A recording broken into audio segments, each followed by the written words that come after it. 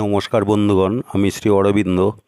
এখন আপনাদের জানাবো বৃহস্পতি গ্রহের বৃষ রাশিতে সঞ্চার আর বৃষ রাশিতে সঞ্চারের ফলে বৃষ রাশির জাতক জাতিকাদের কী ফল মিলবে আগামী 1 বৎসর। কারণ বৃহস্পতি গ্রহ এক এক রাশিতে 1 বৎসর অবস্থান করে, তাই এই রাশি সাপেক্ষে কী ফল পাবেন সেটাই জানাবো। আর সেই সঙ্গে মাথায় রাখতে হবে বৃহস্পতি গ্রহ রাশিচক্রের বৃহত্তম গ্রহ, দেব গ্রহদের গুরুও বটে, তাই সম্মানীয় ও পূজনীয় বটে। যাই হোক, বৃহস্পতি গ্রহ হলো জ্ঞানের কারক, বুদ্ধি ও বৃদ্ধির কারক গ্রহ, উচ্চাকাঙ্ক্ষা ও দাম্ভিকতার কারক গ্রহ। অর্থাৎ যদি রাশিতে থাকে তাহলে উচ্চাকাঙ্ক্ষা বাড়ে, দাম্ভিকতাও বাড়ে। ইনি নিয়ন্ত্রণকর্তা, অহংবোধ সৃষ্টি করে, অর্থাৎ পাওয়ারের মালিক হয়, ক্ষমতার মালিক হয়। শুধু তাই নয়, ঔজ্জ্বল্য ও গ্ল্যামার বাড়ায়, বিবাহের যোগাযোগ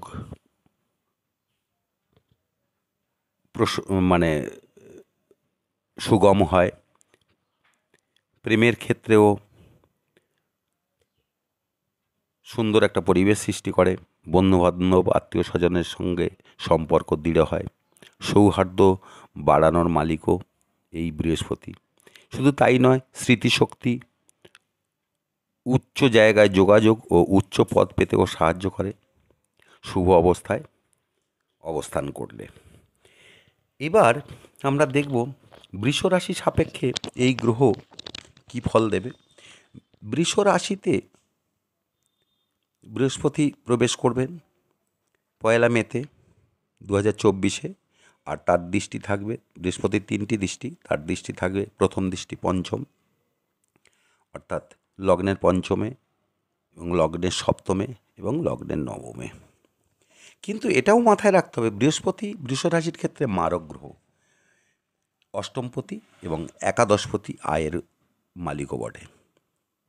তাই আমরা দেখব কী ফল পাবেন এই রাশির জাতক জাতিকাদের। এদের আভিজাত্য বাড়বে, ভোগী হবে, দানী হবে, আর্থিক সচ্ছলতা অনেক গুণ বাড়বে, কিছুটা সুস্বাস্থ্যের অধিকারীও হবে বটে। তবে গ্যাস্ট্রিক এবং পেটের সমস্যা ও দেখা দেবে, সেই সঙ্গে ব্রণজাতীয় রোগেরও প্রাধান্য বাড়বে। কারণ যেহেতু এই রাশির পক্ষে অষ্টমপতি ও একাদশপতি। এবার পঞ্চমপতি হিসেবে কী ফল দেবেন সেটা দেখতে গেলে প্রথমে বলি, পরিকল্পনা করে এগোনোর সম্ভাবনা থাকবে, প্রতিষ্ঠা পেতে সব রকম চেষ্টা করবেন, তবে কিছুটা বাধাও থাকবে এবং কায়িক পরিশ্রম বাড়বে অনেকটাই।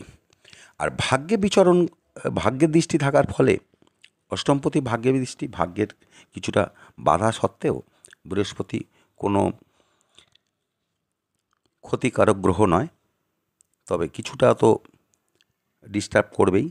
তাছাড়া ভাগ্যের উন্নতি যোগ, ভাগ্যের সাহায্য কিছুটা পাবেন, কিন্তু মানসিক শান্তি বাড়বে, গৃহে সুখ শান্তি বিরাজ করবে, সেই সাথে কিছুটা ডিস্টার্বও আপনাকে দিয়ে থাকবে।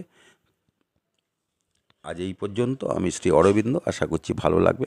ভালো লাগলে লাইক, শেয়ার, কমেন্টস করবেন, সাবস্ক্রাইব করতে ভুলবেন না পরবর্তী ভিডিওর জন্য। ধন্যবাদ।